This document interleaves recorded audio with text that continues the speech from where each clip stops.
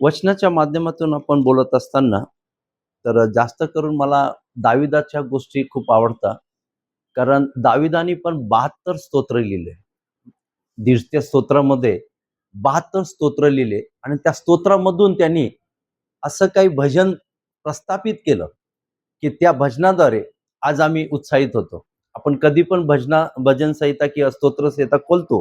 हिंदीमध्ये भजन संहिता म्हणतो आपण, इंग्लिशमध्ये साम म्हणतो आणि मराठीमध्ये आपण स्तोत्र संहिता म्हणतो. तर त्याच्यामध्ये आम्ही कधी पण काही खोललं तर आपल्याला उत्साहित जीवन देतं.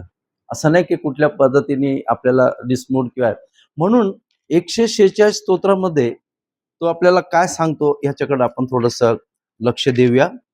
स्तोत्र 146 या ठिकाणी पहिल्या हेडिंगला दिलंय की परमेश्वराच्या न्यायकृत्याबद्दल स्तुती करा. स्तुतीचं यज्ञ जितकं आपण करू तितकं कमीच आहे. स्तुती किंवा उपकार स्तुती आहे ना. आता आपण मेरी सिपा मिनिस्ट्रीच्या माध्यमातून आपण हे कार्य सुरू केलेले आहे ना. पहिले गाणं रिलीज झालं, पहिल्या गाण्याला पण प्रभूने चांगला प्रतिसाद दिला, लोकांनी प्रतिसाद दिला आणि दुसरं गाणं पण आता वेड मला लागू दे. खरोखर आजच्या दिवसांमध्ये पुष्कळशे लोक प्रभूपासून दूर गेलेले, दुसऱ्या गोष्टीमध्ये वेळ लागलेले, दुसऱ्या कार्यामध्ये वेळ लागलेले. पण ह्या गाण्याच्या माध्यमातून मला एवढंच लक्षात येतं की परमेश्वराचं वेळ नक्कीच लागलं पाहिजे आणि ज्यावेळेस परमेश्वराचं वेळ लागेल तर नक्कीच प्रभूचं कार्य त्यांच्याकडून अधिकाधिक घडून घेईल. कारण प्रभू येशू ख्रिस्ताने सांगितलं की जा आणि सुवार्त्याची घोषणा करा. सुवार्त्याची घोषणा ही फार महत्वाची, ती कशा ना कशा माध्यमातून आपण केली पाहिजे. म्हणून इथं सांगितलं की स्तुती यज्ञ आपण केला पाहिजे. 146 स्तोत्र त्याचं 1 ते काही वचन आपण वाचणार आहोत. परमेश्वराचे स्तवन करा, हे माझ्या जीवा परमेश्वराचे स्तवन कर. माझ्या जीवात जीव आहे तोपर्यंत मी परमेश्वराचे स्तवन करील. मला अस्तित्व आहे तोपर्यंत मी माझे देवाचे स्तुतिगान गाईल.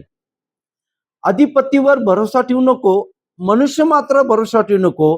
त्याच्याकडून सहाय्य मिळणे शक्य नाही. त्याचा प्राण जातो तो आपल्या मातीस मिळतो, त्याच वेळी योजनाचा शेवट होतो.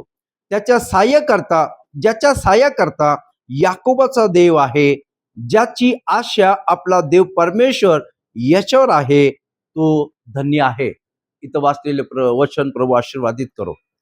या स्तोत्रामध्ये परमेश्वराचं अनुग्रह आणि परमेश्वराचं भय आणि परमेश्वराचं स्तवन आम्ही कसं केलं पाहिजे या पद्धतीचं आपल्याला दिलेलं आहे.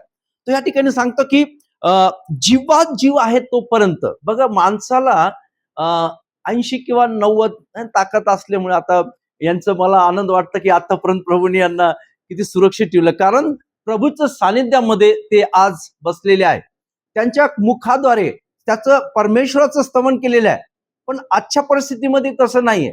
कोणाला काही ना काही प्रॉब्लेम झाला लगेच जाईल. पण ह्या ठिकाणी वचनामध्ये देवाचं वचन सांगतं की माझ्या जीवात जीव आहे तोपर्यंत मी परमेश्वराचं स्तवन करेल, उपकार स्तुती करेल, त्याला गुणगान गाईल, त्याची बडाया करील आणि त्याच्यासाठीच परमेश्वरने आपलं मुख त्याचं गौरव करण्यासाठी दिलेलं आहे. जर आपण एशिया 43 आणि 21 मध्ये सांगितलेले गेलेले आहे की मी माझे बनवलेले मनुष्य किंवा बनवलेले लोक याच्यासाठी बनवले की ते माझे स्तुती गान गातील. काय गातील? स्तुती गान. किती महत्वाच्या गोष्टी आहे. म्हणजे आपल्या मुखातून निघालेले प्रत्येक शब्द या परमेश्वराला महिमा आणि गौरव नक्कीच दिलं पाहिजे. आणि म्हणून तर सांगितलं की माझे अस्तित्व आहे तोपर्यंत माझे देवाची स्तुती गान गाईल. अधिपतीवर भरोसा ठेवू नको, मनुष्य मात्र भरोसा ठेवू नको. मनुष्य मातीतून आला, मातीत मिळून जाईल, पण जो परमेश्वर एवढा आहे त्याच्यावर भरोसा ठेव. कारण भरोसा फक्त आपला एकच आहे, जो जिवंत देव आहे. जो जिवंत देव ज्याने तुम्हाला आणि मला घडवलेला आहे त्याच्यावर आम्हाला भरोसा ठेवायचा आहे. म्हणून आमचा जीवात जीव आहे तोपर्यंत आम्हाला त्याचं गुणगान आणि स्तुतिगान गायचं आहे. परमेश्वर किती चांगला याचा अनुभव घेतलेला आहे आपण. परमेश्वर कसं आहे त्याच्या संगतीने आपण राहिलेलो आहे. म्हणून आम्ही त्याचं स्तुतिगान करणं फार महत्वाचं आहे.